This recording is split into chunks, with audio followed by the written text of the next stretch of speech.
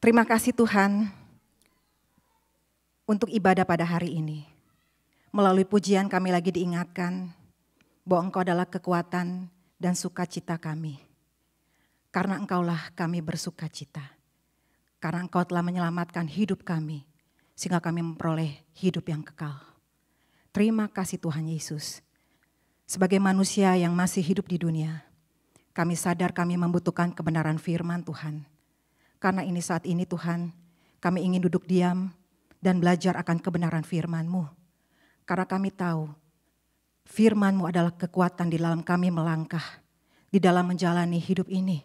Sehingga kami tidak terpengaruh oleh dunia ini dan kami tetap setia mengikut dengan Engkau.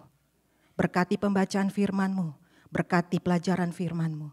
Sehingga melalui ini jemaat Tuhan semakin hari semakin bertumbuh di dalam pengenalan akan Engkau. Berkati hamba-Mu yang lemah dan terbatas ini dipakai sebagai alat-Mu. Sehingga suara hati Tuhan boleh disampaikan dan jemaat Tuhan boleh bertumbuh. Di dalam nama Tuhan Yesus kami berdoa dan mengucap syukur kepada Bapa di surga. Amin. Happy Sunday. Apa kabarnya semua saudara? Baik, puji Tuhan. Wow, tidak terasa ya. Sepertinya tuh baru kita ngerayain tahun baru. Tapi hari ini kita sudah masuk di minggu terakhir bulan Januari. Dan tema yang akan saya bawakan pada minggu ini adalah bagaimana mendapatkan kebahagiaan sejati. Saudara, apa definisi kebahagiaan sejati menurut saudara? Pada umumnya, manusia menganggap kebahagiaan sejati itu adalah punya kepuasan materi, punya kepuasan jasmani, nama, jabatan, dan lain sebagainya. Tapi apa itu benar? Ternyata fakta sejarah membuktikan bahwa itu adalah konsep yang keliru. Contohnya, jika kekayaan pasti membuat orang bahagia, Otto Basman, seorang yang paling kaya di Jerman, tidak akan mengakhiri hidupnya dengan cara bunuh diri. Jika kekuasaan pasti membuat orang bahagia, G. Vargas, mantan presiden Brasil, tidak akan menembak jantungnya sendiri. Jika kecantikan fisik pasti membuat orang bahagia, Marilyn Monroe tidak akan ditemukan tewas karena overdosis. Dan jika karier cemerlang pasti membuat orang bahagia, Terry Costa, dokter yang sangat terkenal dari Prancis, tidak akan mengakhiri hidupnya dengan cara bunuh diri. Lalu, apa definisi dari kebahagiaan sejati? Dan bagaimana kita bisa mendapatkannya? Saudara, saya pikir yang paling benar adalah kita kembali kepada apa kata Tuhan. Kita kembali kepada prinsip firman Tuhan. Mari kita baca dalam Mazmur 1 ayat yang pertama sampai dengan ayat yang ke-6. 1, 2, 3. Berbahagialah orang yang tidak berjalan menurut nasihat orang fasik, yang tidak berdiri di jalan orang berdosa, dan yang tidak duduk dalam kumpulan pencemooh. Tetapi yang kesukaannya ialah Taurat Tuhan, dan yang merenungkan Taurat itu siang dan malam. Ia seperti pohon yang ditanam di tepi aliran air, yang menghasilkan buahnya pada musimnya, dan yang tidak layu daunnya, apa saja yang diperbuatnya berhasil. Bukan demikian orang fasik, mereka seperti sekam yang ditiupkan angin. Sebab itu orang fasik tidak akan tahan dalam penghakiman. Begitu pula orang berdosa dalam perkumpulan orang benar. Sebab Tuhan mengenal jalan orang benar, tetapi jalan orang fasik menuju kebinasaan. Berarti saudara, menurut firman Tuhan, definisi kebahagiaan sejati itu adalah seperti pohon yang sehat, seperti pohon yang subur, yang tumbuh di tepi aliran air, yang daunnya berwarna hijau, yang buahnya banyak, yang makanannya cukup, dan apa saja yang dibuatnya pasti berhasil. Dan saya yakin kita semua pasti mau seperti ini menjalani tahun 2024. Kita semua rindu mendapatkan kebahagiaan sejati. Pasti semua mau. Enggak mungkin gak ada yang mau. Persoalannya, bagaimana caranya mendapatkan kebahagiaan sejati?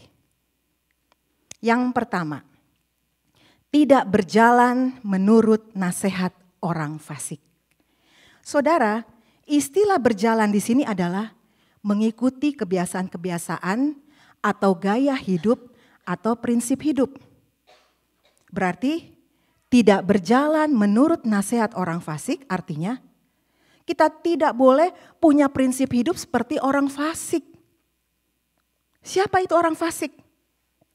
Orang yang tidak mengenal Tuhan. Dalam perjalanan hidup, kita semua hidup berdasarkan prinsip. Persoalannya, dari mana kita mendapatkan prinsip hidup kita? Jika kita berjalan berdasarkan ajaran orang fasik, maka malanglah nasib kita. Karena jalan orang fasik mengarah kepada kehancuran. Semua arahan-arahannya itu adalah kefasikan yang dibenci oleh Allah. Dan jika kita sering bergaul dengan orang fasik, maka kita akan menyerap banyak prinsip-prinsip hidup mereka. Karena itu saudara, berhati-hatilah terhadap nasihat orang fasik. Dan ingatlah bahwa orang fasik itu bukan hanya orang yang jelas-jelas tidak percaya kepada Tuhan. Tapi juga yang mengaku percaya, tetapi hidupnya tidak dalam kebenaran. Karena itu, di dalam mengambil keputusan, prinsip pegangan kita hanyalah firman Tuhan. Kita harus mengkoreksi apakah itu sesuai firman Tuhan atau tidak. Saya membaca sebuah cerita. Ada seorang bapak menceritakan pengalaman anak laki-lakinya yang bernama Steve. Bukan Steve sih ya. Jadi bapak ini mempunyai anak seorang laki-laki yang bernama Steve. Dan Steve ini ingin menjadi pelari lintas alam terbaik. Dan dia terpilih mewakili sekolahnya dan masuk dalam final tingkat nasional. Kejadiannya berawal ketika teman-temannya mengajak Steve untuk mengikuti lomba balap motor sehari sebelum final lintas alam itu. Lalu ayahnya berkata, Steve, ayah pikir kamu gak perlulah ikut lomba balap motor. Lebih baik kamu istirahat. Supaya keesokan harinya tubuhmu segar mengikuti final lomba lintas alam tersebut. Tapi Steve berkata, ayah gak usah khawatir. Badan Steve kuat kok. Dan ini kesempatan ayah bisa mengikuti lomba motor bersama teman-teman. Dan hadiahnya dong menggiurkan. Pemenangnya mendapatkan motor Yamaha terbaru. Dan ini sudah Steve idam-idamkan ayah. Akhirnya Steve pun mengikuti lomba balap motor. Mulanya semua berjalan dengan baik. Tapi Steve membuat kesalahan di sebuah tikungan. Dia terjatuh dan kakinya tertindih sepeda motor. Memang tidak ada tulang yang patah, tapi otot betisnya jadi bengkak. Dan ini mengakibatkan dia susah berjalan. Dan keadaannya semakin memburuk. Akhirnya Steve gagal membawa tim sekolahnya ke final tingkat nasional. Saudara, cerita ini memberikan pelajaran yang penting kepada kita. Bahwa semua tindakan yang kita lakukan itu saling berkaitan. Setiap tindakan kita mempengaruhi sisi kehidupan kita yang lain. Saudara, kadang kita berusaha untuk memisahkan sebagian hidup kita dari iman kita kepada Kristus. Contoh, kita berpikir menonton acara TV yang tidak bermoral, melihat majalah porno, mabuk-mabukan, berjudi, tidak akan mempengaruhi perjalanan hidup kita bersama dengan Allah. Selama ini, siapa yang saudara dengar? Suara siapa yang saudara dengar ketika saudara berpikir, bertindak, dan mengambil keputusan? Temanmu? Sahabatmu? Suamimu? Bosmu? Atau siapa saudara? Waspadalah terhadap masukan, pendapat, atau opini-opini dari orang-orang yang tidak percaya kepada Tuhan. Karena itu jelas akan mempengaruhi kehidupan saudara. Semua elemen kehidupan kita itu saling berkaitan satu dengan yang lain. Karena itu kita harus memastikan bahwa setiap pikiran kita, setiap tindakan kita, dan setiap perkataan kita itu mengalir dari hati yang bersih.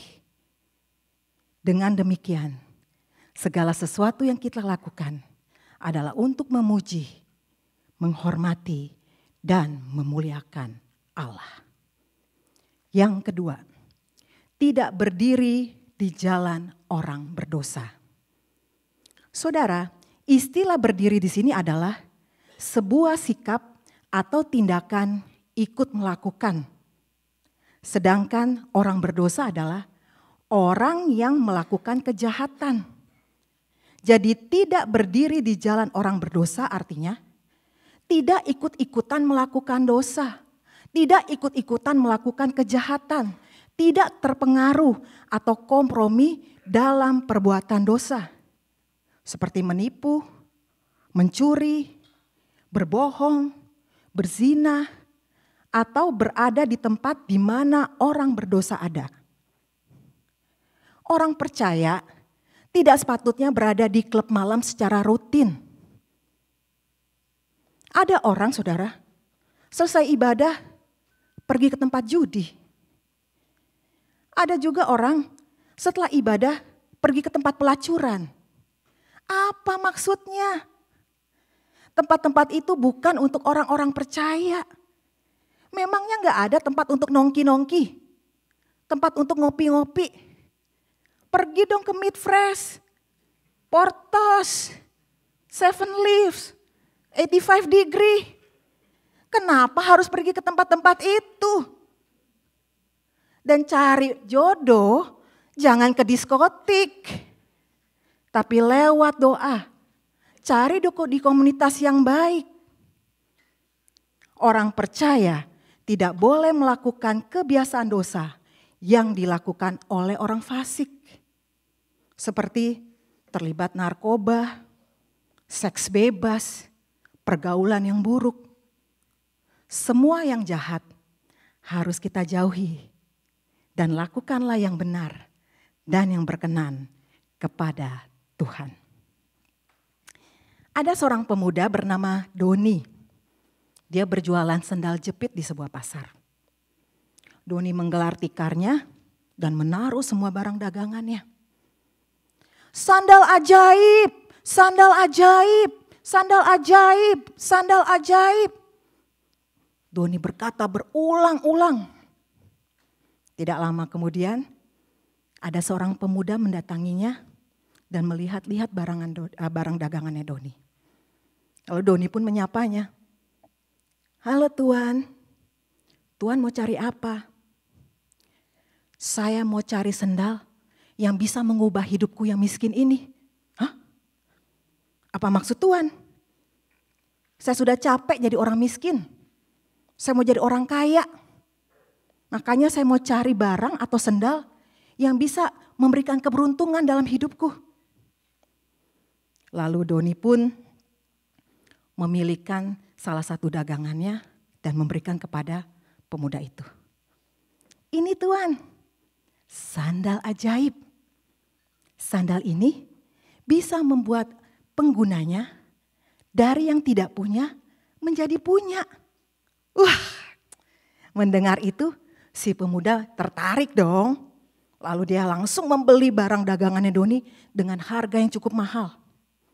Dan dia langsung cepat-cepat memakai sendal itu.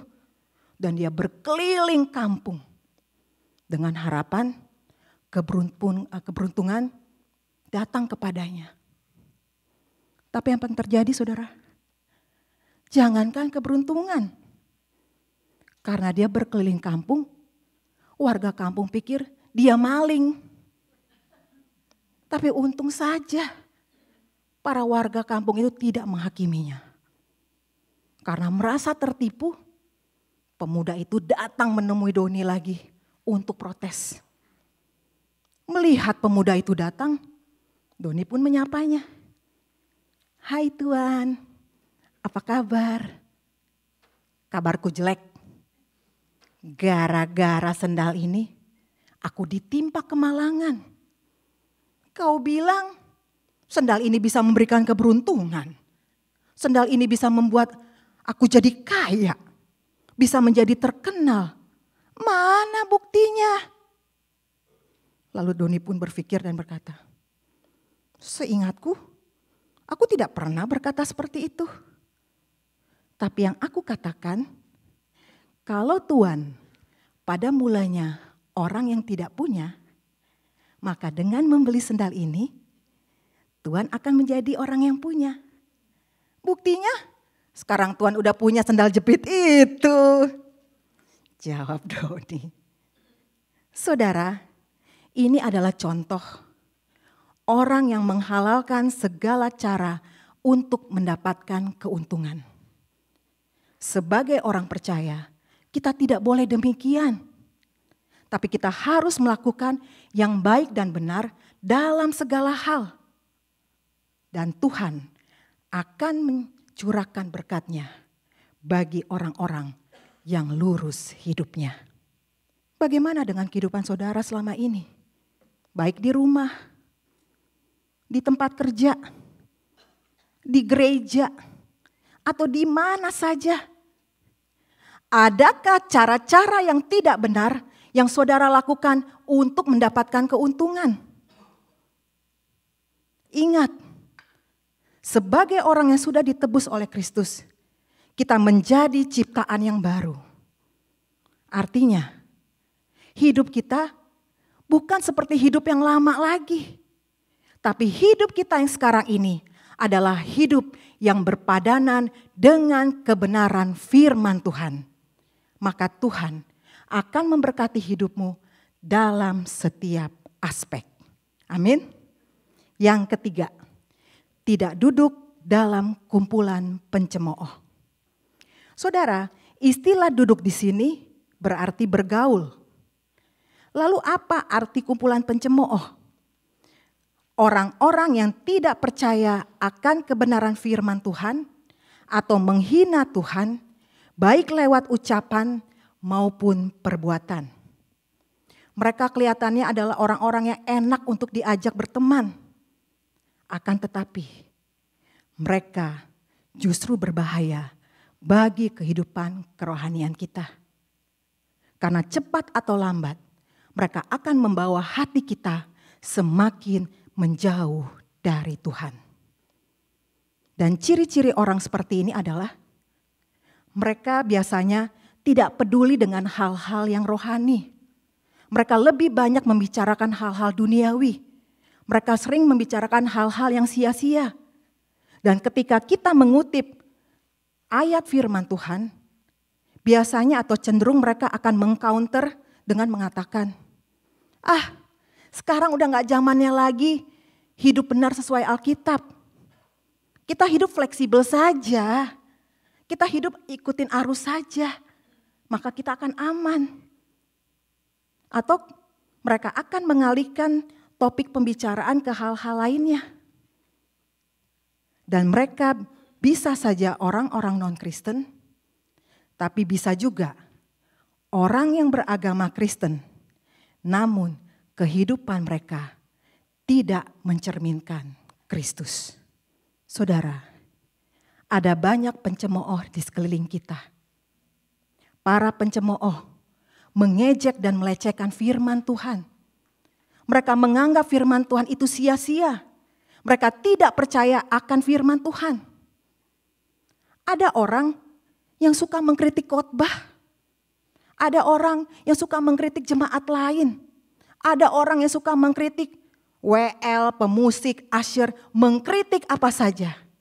Kritikan yang membangun itu boleh, karena itu akan memperbaiki.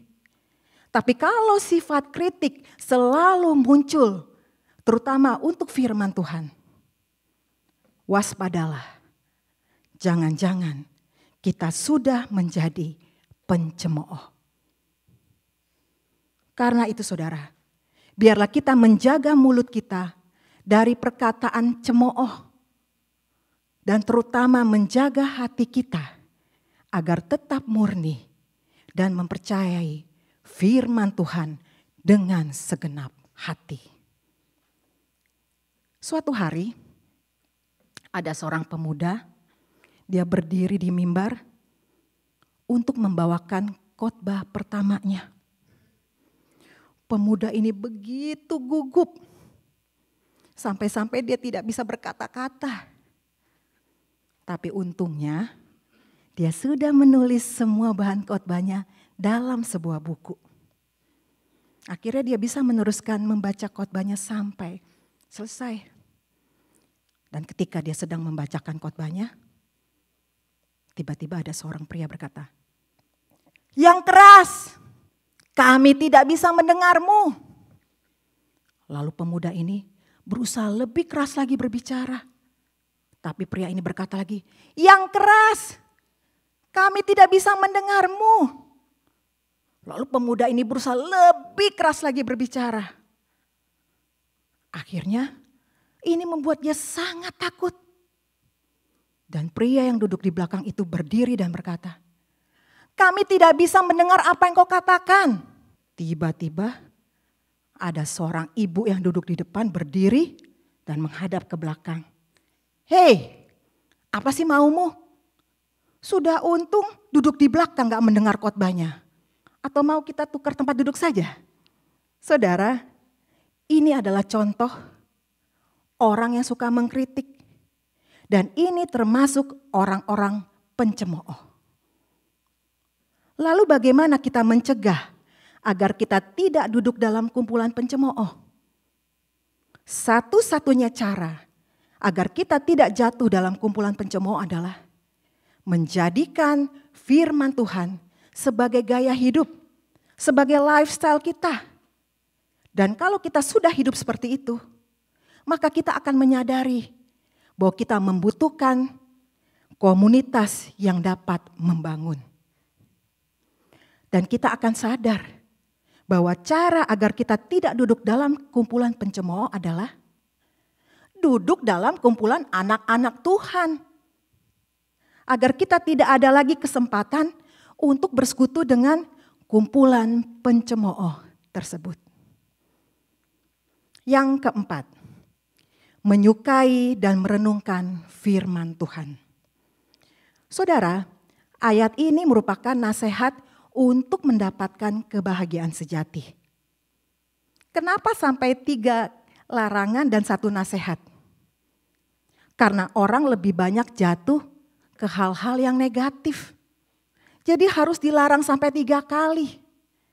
Dan positifnya baru kembali ke firman, yaitu menyukai dan merenungkan firman Tuhan. Menyukai di sini berbicara soal hati. Dan merenungkan di sini berbicara soal pikiran.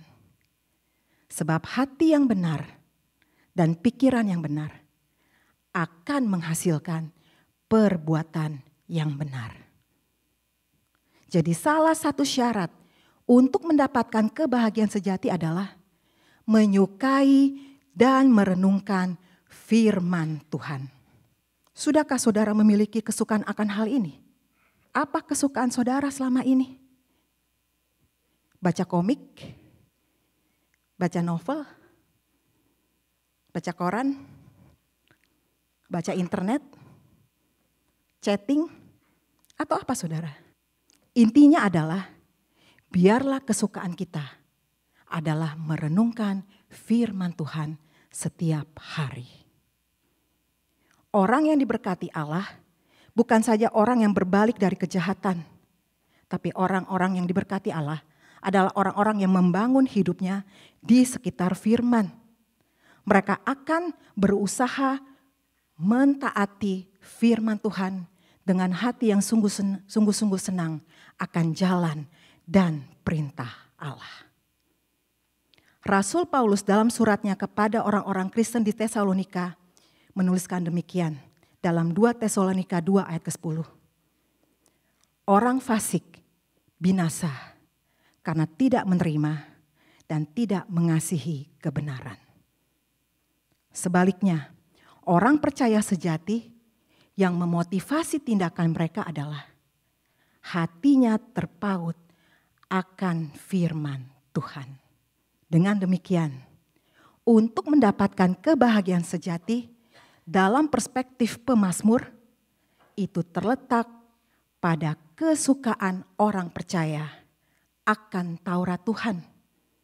Bukan pada yang lain, bukan pada harta, bukan pada kekayaan, bukan pada nama, bukan pada popularitas, tapi akan kesukaannya pada Taurat Tuhan. Ada seorang kakek, dia hidup bersama cucunya yang masih muda di sebuah perkebunan. Setiap hari, kakek ini bangun lebih awal untuk membaca Alkitab. Melihat itu, si cucu ingin seperti si kakek. Lalu dia berusaha untuk melakukan sama seperti si kakek. Suatu hari, cucunya berkata, "Kek, aku sudah membaca Alkitab setiap hari seperti yang kakek lakukan. Tapi kenapa ya, kok aku gak mengerti dan cepat lupa? Apa sih kebaikan dari membaca Alkitab, kek?"